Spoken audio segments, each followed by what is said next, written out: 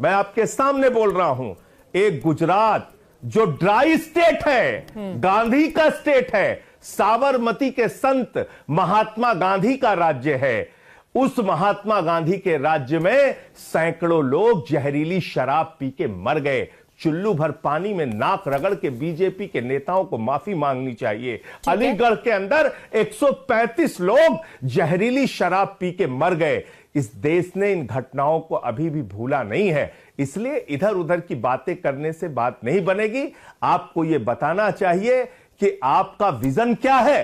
दुनिया की सबसे बड़ी पार्टी अरविंद केजरीवाल के टॉयलेट में फंस गई है, उस टॉयलेट को फ्लश करेगी दिल्ली की जनता। आप देखिएगा, सफाया होगा भारतीय जनता पार्टी का। आप इससे बाहर ही नहीं निकल पा रहे। दिल्ली के लिए आपका विजन क्या है? बिजली पे क्या करेंगे, पानी पे क्या करेंगे, शिक्षा पे क्या करेंगे, इलाज पे क्या करेंगे, मोहल्ला क्लिनिक पे क्या करेंगे, अस्पताल पे क्या करेंगे, ये बताने के लिए आप तैयार नहीं। दिन रात आप नकली मुद्दे को मुद्दा बनाना चाहते हैं, ये दिल्ली में संभव नहीं होगा। आप बांग्लादेशी घुसपैठियों का मामला उठाते हैं दिल्ली के अंदर। नहीं, मैं अपनी बात पूरी कर लूं पद्मजा जी। 10 साल से हिंदुस्तान में किसकी सरकार है? नरेंद्र मोदी और अमित शाह की। देश की सुरक्षा की, बॉर्डर की सुरक्षा की जिम्मेदारी किसकी है? अमित शाह की।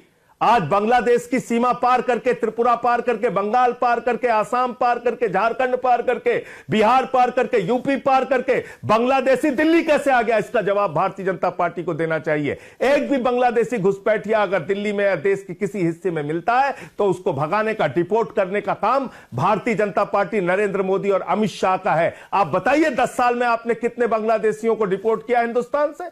एक भी बात का जवाब नहीं देना है, फर्जी बातें करनी है, झूठे आरोप लगाने हैं, इससे काम नहीं चलेगा। अब आपकी असलियत देश के लोग पहचान चुके हैं और दिल्ली के चुनाव में हर दिन आप एक्सपोज हो रहे हैं। ठीक है, क्या सीएजी रिपोर्ट का, धन्यवाद संजय जी हमसे बात करने के लिए। सुधांशु जी, क्या सीएजी रिपोर्ट सिर्फ तभी कोर्ट की जाती है जब आपके पॉलिटिक्स को वो सूट करे?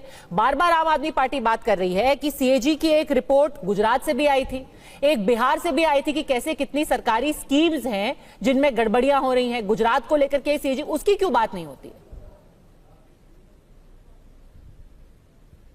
देखिए, मैं संजय जी की सारी बातों का क्रमशः जवाब देना चाहूंगा। इन्होंने शराब, बांग्लादेश, पाकिस्तान, सीएजी, मैंने सारी बात तो इसका स्पष्टता जवाब दिया है कि भाई सीएजी में तो इन्हीं के नेता उसके चेयरमैन हैं पीएसी के, तो वो तलब कर लें, कौन रोक रहा है? सीएजी की रिपोर्टें जब इनकी सरकार के खिलाफ आती थी, आप याद करिए, हम लोगों ने उस विषय को उठाया था कि नहीं, और जब इनकी सरकार नहीं मानती थी हम कोर्ट गए थे। याद करिए, बोफोर्स के जमाने में सीएजी की रिपोर्ट आई थी, टीएन चतुर्वेदी सीएजी थे, उन्होंने ऑब्जेक्शन किया था, हम कोर्ट गए थे, आखिर में जाके इनकी सरकार के विरुद्ध कार्रवाई हुई थी, एफआईआर तक दर्ज हुई थी राजीव गांधी जी के खिलाफ। यही होता है, तथ्य नहीं होता है, हवा में आके बैटिंग करके चले जाना है। अब जो ये क्रमशः बोल रहे थे तो मैं उसका जवाब देता हूं। शराब पे इन्होंने कहा कि क्या कहते थे और क्या चरित्र है। मैं याद दिलाना चाहता हूं, आम आदमी पार्टी ने लिखित में कहा था कि उन्होंने कि 75% महिलाएं किसी क्षेत्र की जब तक उनकी रिटर्न स्वीकृत नहीं होगी तब तक कोई दारू का एडिशनल ठेका नहीं खोला जाएगा। ये जहरीली शराब की बात कर रहे हैं, इन्होंने सरकारी शराब बांटी है।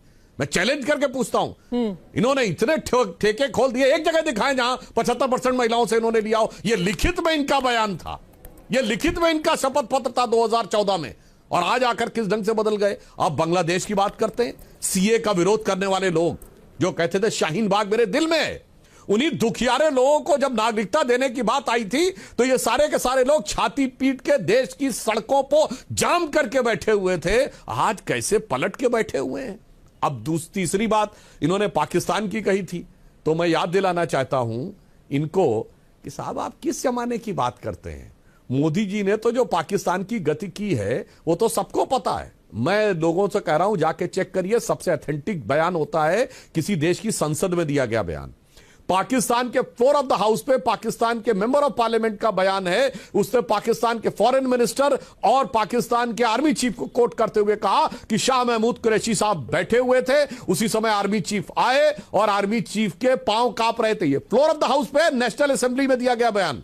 और आर्मी चीफ ने कहा खुदा का वास्ता है अभिनंदन को वापस कर दो वरना रात 9 बजे तक इंडिया अटैक कर देगा। हमने वो करके दिखाया है। क्या ये बात करेंगे सर्जिकल स्ट्राइक के ऊपर सबूत मांगने वाले लोग? और हमने जो बोला है वो सबूत मैंने दिया है पाकिस्तान की नेशनल असेंबली में, वहां के मिनिस्टर, वहां के सांसद जो वहां के आर्मी चीफ के बारे में बोल रहे